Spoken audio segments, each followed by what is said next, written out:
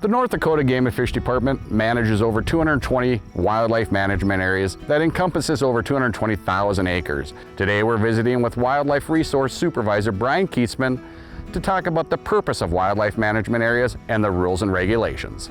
I'm Mike Anderson with the North Dakota Game and Fish Department.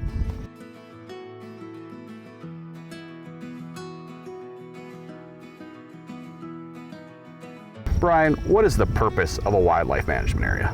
The two main things are wildlife production and then to provide good public hunting access on the area. So in order to do that, we have to have really good habitat. And so you have good habitat not only for nesting or for winter cover, but also for for hunting cover as well. We have wildlife management areas statewide. That's correct, yeah. I manage the wildlife management areas in the southeast. We're on Chase Lake WMA today. It's about a 2,800 acre WMA, and it's pretty well known as far as sharptails go. And it's a popular destination from a birding standpoint. A lot of people like to come over here and look for grassland nesting birds, and of course the largest nesting colony of white pelicans in the U.S. It draws a lot of people. So yeah.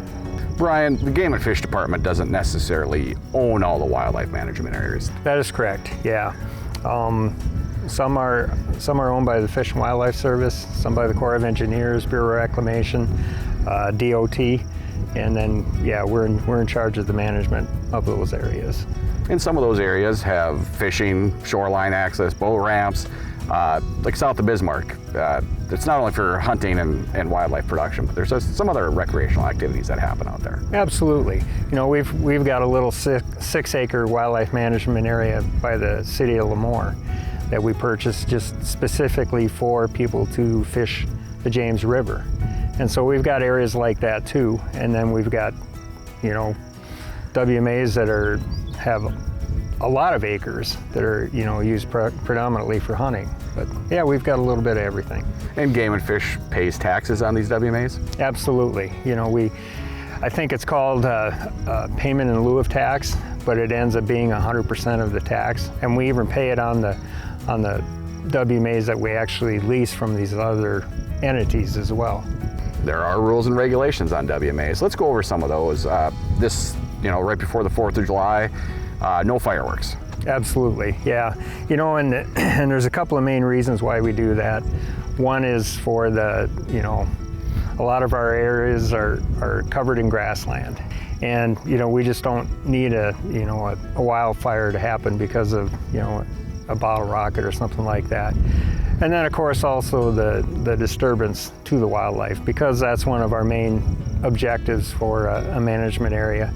And any of those activities would, create a disturbance.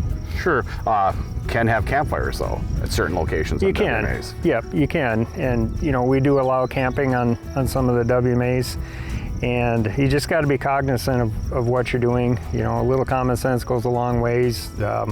Again, because of the grass cover and things like that we have on the areas, you want to make sure that you have a campfire that's contained and you don't have to worry about what's going to happen. Make sure and put it out when you leave, and douse it with water and all those things that you normally would do. And make sure there's no burn ban. Correct, yeah. Some areas of the state, awfully dry. Make sure the county or the Game and Fish has in place a burn ban. Exactly, yep. How about litter, Brian? These areas are open for public use, and litter seems to be one of the biggest problems on these WMAs. Yeah, it is. And again, anybody that's using the area, we just ask you to pick up what you bring in. Pack it in, pack it out. You hear that a lot, and the next person that shows up doesn't want to see a pop can laying somewhere or a candy wrapper, that kind of thing. So yeah, just kind of clean up after yourself, just like you would do anywhere else. Brian, what are some of the other rules and regulations that people need to abide by? I know people like to go out and train their dogs, and we don't allow any dog training on our WMAs until after the primary nesting season. So after, I believe it's the 15th of August, if you as a private individual want to take your dog out on a WMA and look for broods of pheasants or something like that, you're allowed to. but we don't allow that during this time of the year just to limit the disturbance. You are allowed to use, put up tree stands, trail cameras, ground blinds, those things on our wildlife management areas. You can't put them on the WMA until the 20th of August, and they have to be off after the end of January. In addition to this, of course, we don't allow any baiting on our wildlife management areas. There's also some dedicated areas on some of the WMAs around the state for shooting ranges. That's correct. We don't have any currently in my district that we have any of that, but I know in Bismarck area, the Williston area, up in the Riverdale area, all those areas have wildlife management areas that have shooting ranges on them. And that's where, during this time of year, that's where we want people to go sight their rifles in or practice shooting. Yeah, exactly. We don't allow indiscriminate shooting on our wildlife management areas, so you can't go out and plink with a .22 or shoot clay pigeons or anything like that. We really want people to limit that type of activity to the public shooting ranges. If a person is interested in going to a variety of WMAs, where can they find the locations of these? Well, there's a number of different places. Probably the easiest thing is to look on our website, and we've got all our WMAs listed. You can look in the plots guide, they're all listed in there. It'll show you which map to look at to tell you how to get to the area. A lot of times it'll even tell you what kind of species you can expect to find there. And the rules and regulations. And the rules and regulations, yep. Spring and summer is really busy for your crew. What type of things are you guys doing to get these WMAs ready for producing wildlife and hunting and so forth? Yeah, you're right. Typically in the spring, we're gonna be doing grass plantings, tree plantings, planting food plots. We work with different cooperators on certain WMAs where they'll actually do the food plot for us with a crop share type thing.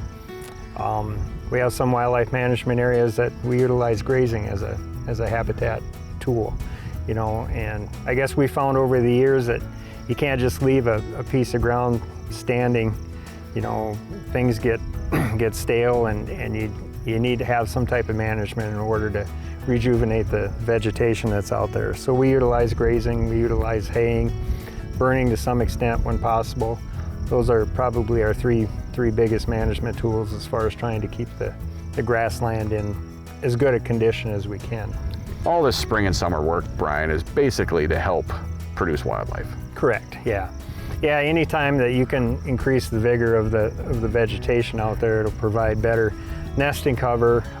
It provides better brood cover, especially if you get rid of some of that thatch that, Kentucky bluegrass, when it takes over an area, there just isn't anything left there. There's no insects for baby pheasants and things like that. So anytime you can kind of change that component and produce, a better cover that will be more attractive to nesting and brood rearing, and even providing, good winter cover to try to get them through winters like we had last year. So if you visit one of these wildlife management areas, just respect those areas. That's correct. Yeah, the management areas are there for people to enjoy, but also respect the animals that are living there. Try to limit your disturbance during this time of the year.